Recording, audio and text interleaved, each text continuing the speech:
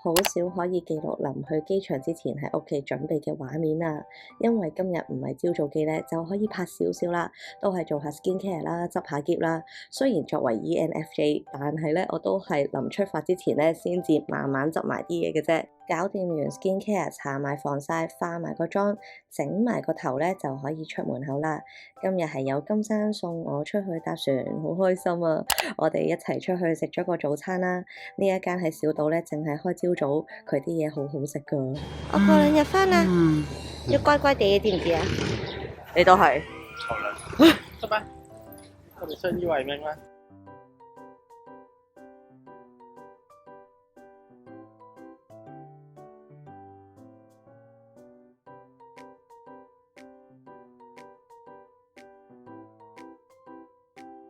？Hello， 大家好，我係 Hedy， 早晨，我去緊機場啦。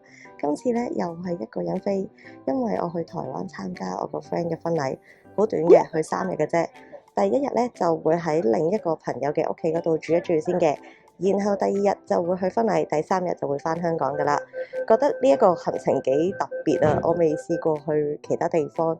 仲要佢係同台灣人結婚啦，咁我就想知道台灣嘅婚禮係點嘅，咁所以咧就拍 vlog 同大家一齊記錄啦。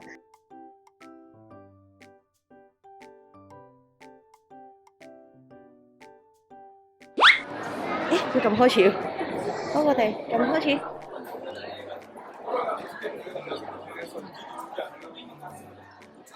哎呀，今次中唔到啊！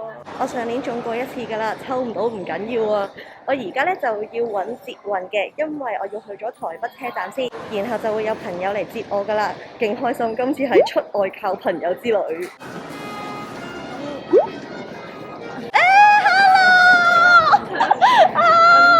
我仲諗咗好耐你喺邊度咧，咁跟住之後我諗住同啲觀眾講我等緊你，然後你就嚟咗啦，好開心啊！咁我而家同我個 friend 去攞咗車先，一陣間再講啦。我哋而家咧就翻咗去佢屋企擺低個喼先，咁跟住之後咧就去 shopping 啦。因為呢幾日我冇乜時間啦，咁所以咧我就 list 晒我想食嘅嘢啦，我想買嘅嘢啦，然後佢屋企附近咧有晒啊，勁方便啊！一陣間就會見到我血拼嘅樣子啦。佢打唔打 pat pat 㗎？佢都冇所謂，你點樣搞佢都唔打佢傻嘅。仲有佢哋啊，我哋做朋友好冇啊？過嚟啊，做做。哇，佢真係好親人啊！平時唔係好咁中意女仔，佢佢淨係中意男仔，但係佢好黐你。係咪啊？我呢啲叫係咪啊？你睇下佢個樣幾冧，勁冧啊！呢個樣幾冧。我哋兩個幾襯。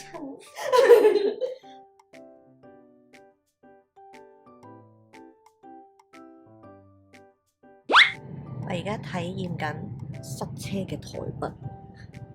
台北嘅放空時間。冇錯，我哋而家嘅第一站咧就係有 Kai Beauty 啦，跟住寶雅、屈臣氏同埋灑白甜。我嚟咗咁多次台灣咧，都係未食過灑白甜啦。咁所以今次咧，我係特別 request，好想去試下。我已經諗好晒要買啲咩，一陣間係一行過去即刻買，手刀落單。黐線啊！3件半價，勁得意啊！呢個係 Chopper 啊，佢原價先至690蚊台幣啦，而家半價。係啊，諗住呢件係買俾金山嘅。哦，OK 啊，好啦，正。我買幾多件3件啊嘛，3件先半價啊嘛。哦，我諗6件。哦6件好似太多啊。 6件有啲太多，你要買下啲其他嘢。OK。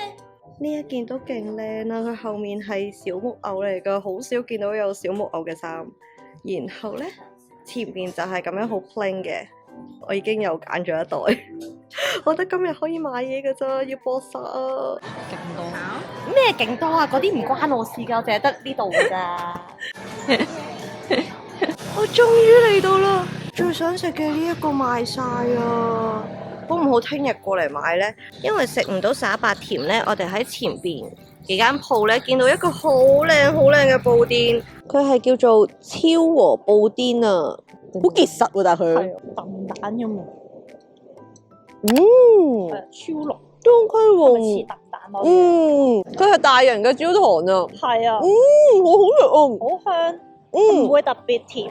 佢嗰個焦糖係有少少微甘，佢又唔會話太過稀啊，佢係夾到嘅一個布甸咯。我覺得好食啊！我一開始係俾佢呢一個冧酒提子嘅餅咧吸引嘅，但係咧佢係要雪㗎，咁所以帶唔到翻香港。然後喺裡面嘅雪櫃咧就見到個布甸啦，呢一間叫做小罐子點心鋪。我下一個目標就係對面嗰間青花嬌啊！我哋今日嚟咗呢一間，呢一個係1個月前已經 book 位，係我心心念念嘅鴨血同埋豆腐啊！係咪任添㗎呢度？應該正啊！佢裏邊已經勁多。我哋嗌咗2碟牛肉啦，1份蛋餃，然後呢一個係墨魚丸，另外我哋仲嗌咗呢一碟係木耳。哇！佢望落去好靚啊！佢係好似海綿咁樣吸晒湯汁㗎，到我好中意嘅鴨血。佢係爆汁㗎，哇好好食啊！真係好幸福啊，覺得真係每次嚟台灣我都係一定要食鴨血咯。呢一個係牛板腱嚟嘅，咁就應該係比較瘦，係正常嘅牛肉。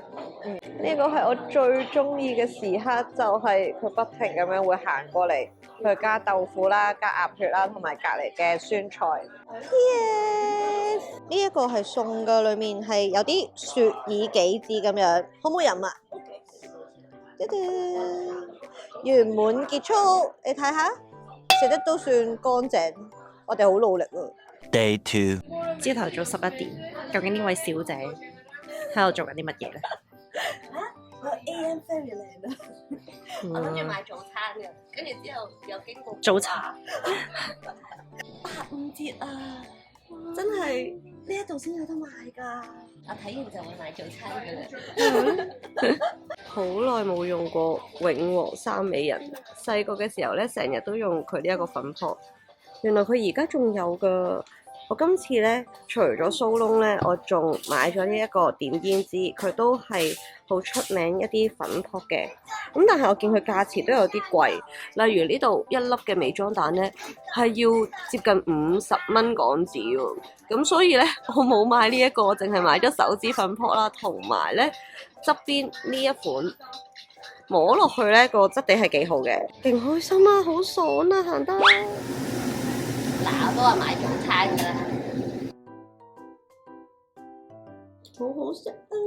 朝早可以食蘿蔔糕同蛋餅，係最好嘅台灣早餐啊！嚟台灣一定要食。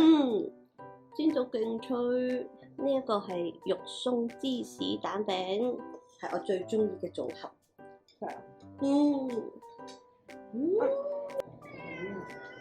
哈哈，同大家 say hello，hello，我叫做哈哈，好好味。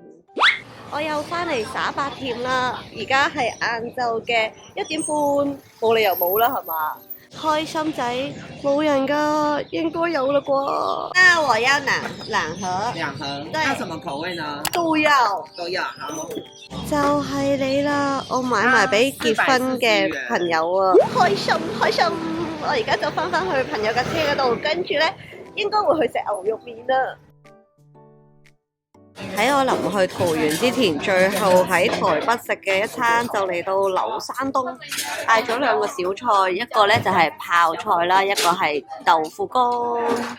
我哋驚食唔晒，所以 share 咗1碗。俾大家望下，佢嘅麵咧係好粗，好似烏冬，但係佢又唔係闊麵㗎喎，係嗰啲正方形麵啊。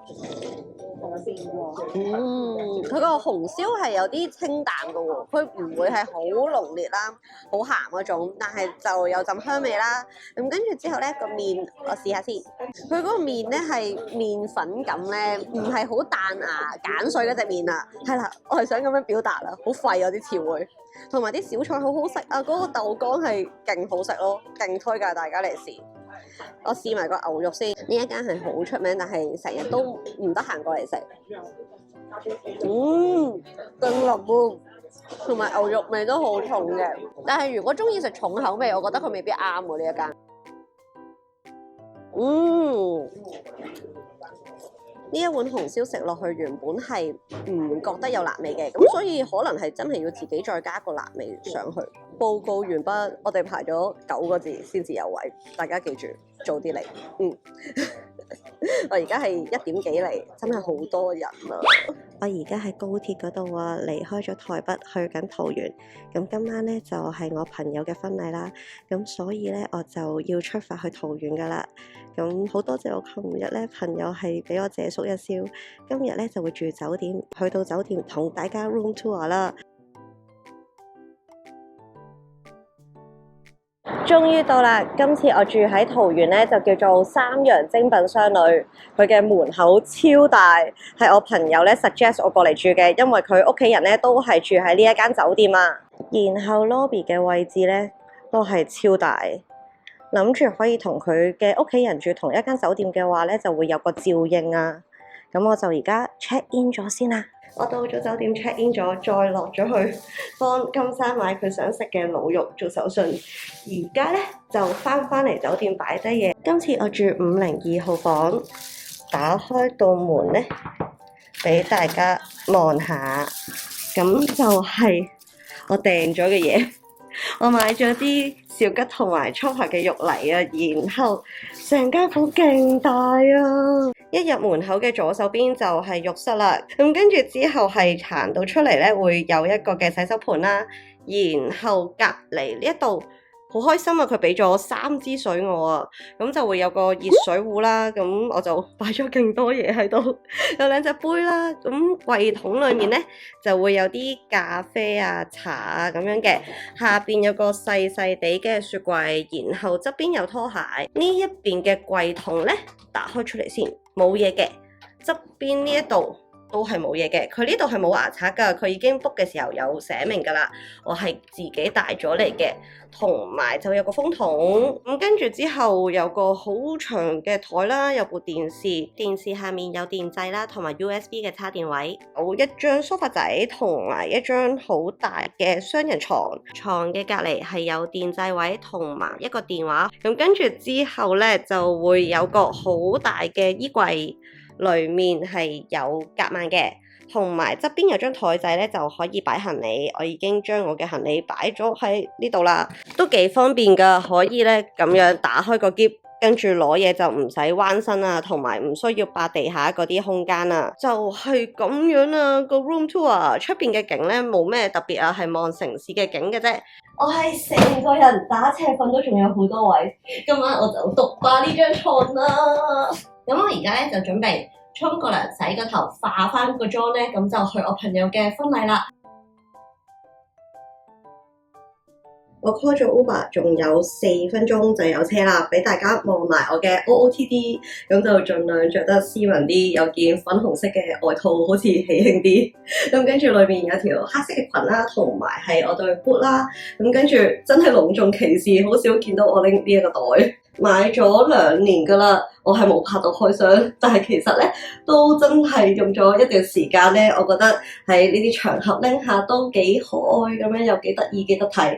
好啦，架車應該差唔多到啦，我出去啦。我諗我應該冇去錯地方嘅，我見到我個 friend 個名啦，咁所以咧係啱噶，呢一度好靚啊！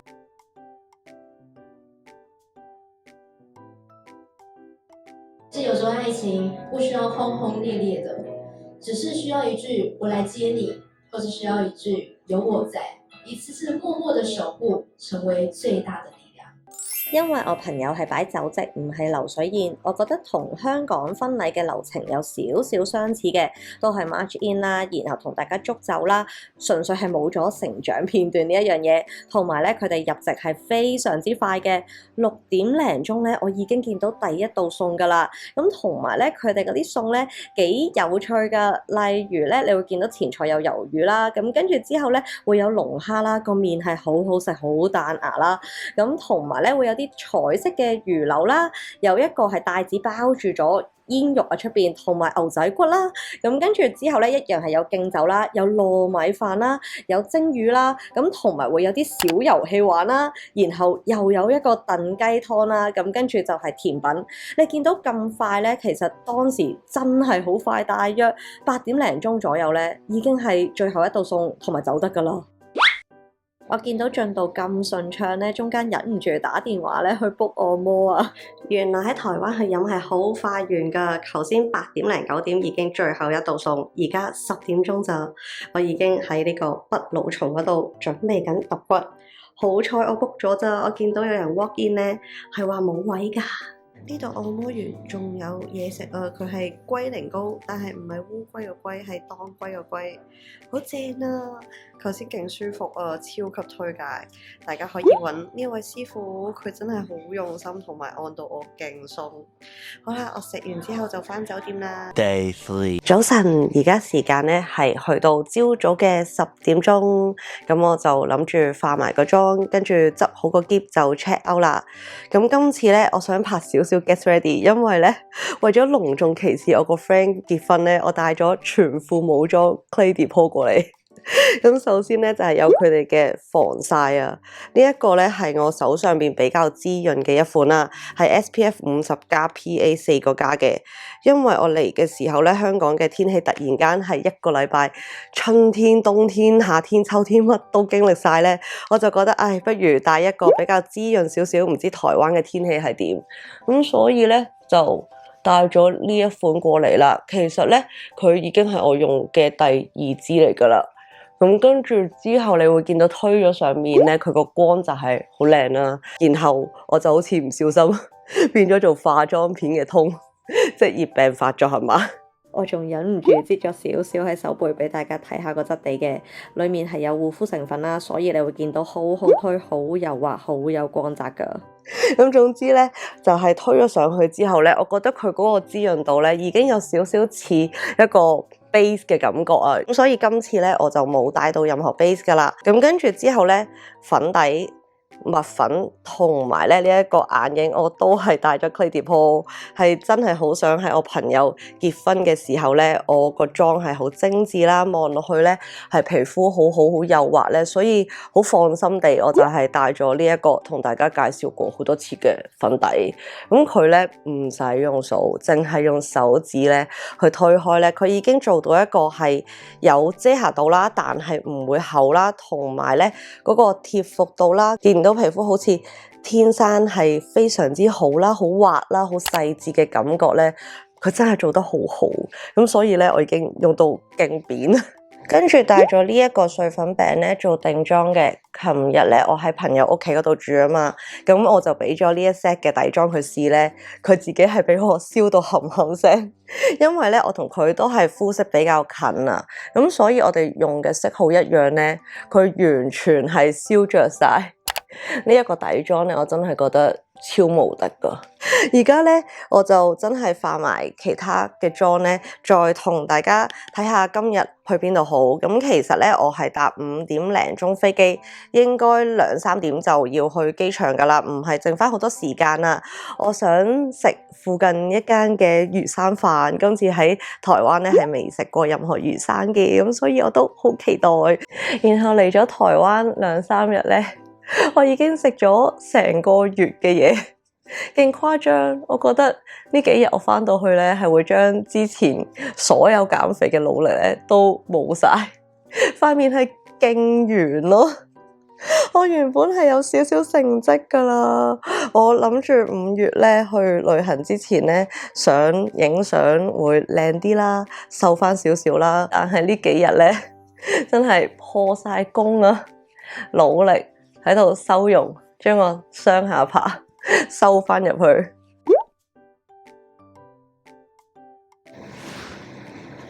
搽埋唇膏咧，咁嗰個妝就完成啦，係精神咗勁多。我到而家咧都覺得自己化妝咧係好似改頭換面咁樣，化咗咁多年咧，我都係唔厭，係由勁殘啦，好冇精神嘅樣咧變翻做一個人樣咧，我係勁開心。咁今日咧因為冇乜地方去啦，亦都唔會點樣影相咧，我就唔夾個頭啦，一陣間戴翻頂帽就算啦。咁跟住咧就不如俾大家望一望個妝。難得我旅行，記得拍呢個 Get Ready With Me。今日嘅 OOTD 變翻做 casual look 啦，帽同埋衫咧都係喺台灣 Queen Shop 嗰度買嘅，好抵啊！呢一頂帽咧勁得意，佢係有隻鬼鬼喺度噶，然後件衫咧就係 chopper， 咁跟住咧袋就會係包嘅。呢一隻水怪係上次喺名古屋買，勁得意。咁跟住咧今次其實淨係帶咗呢一條牛仔長裙嚟，咁所以基本上每一日咧我都係着住佢。好方便啊！咁樣行走嘅時候咧，食嘢又唔怕好辛苦啦，因為通常都係着住比較長少少嘅衫咧，咁就可以遮住個肚。呢一度而家背乾啦，咁我就真係 check out 出去啦。到咗啦，呢一度叫做坐着做海鮮當飯專門店，我都係琴日喺 YouTube 嗰度咧睇下有啲咩食啦，圖完，然後就見到呢一間咧，望落去都幾吸引。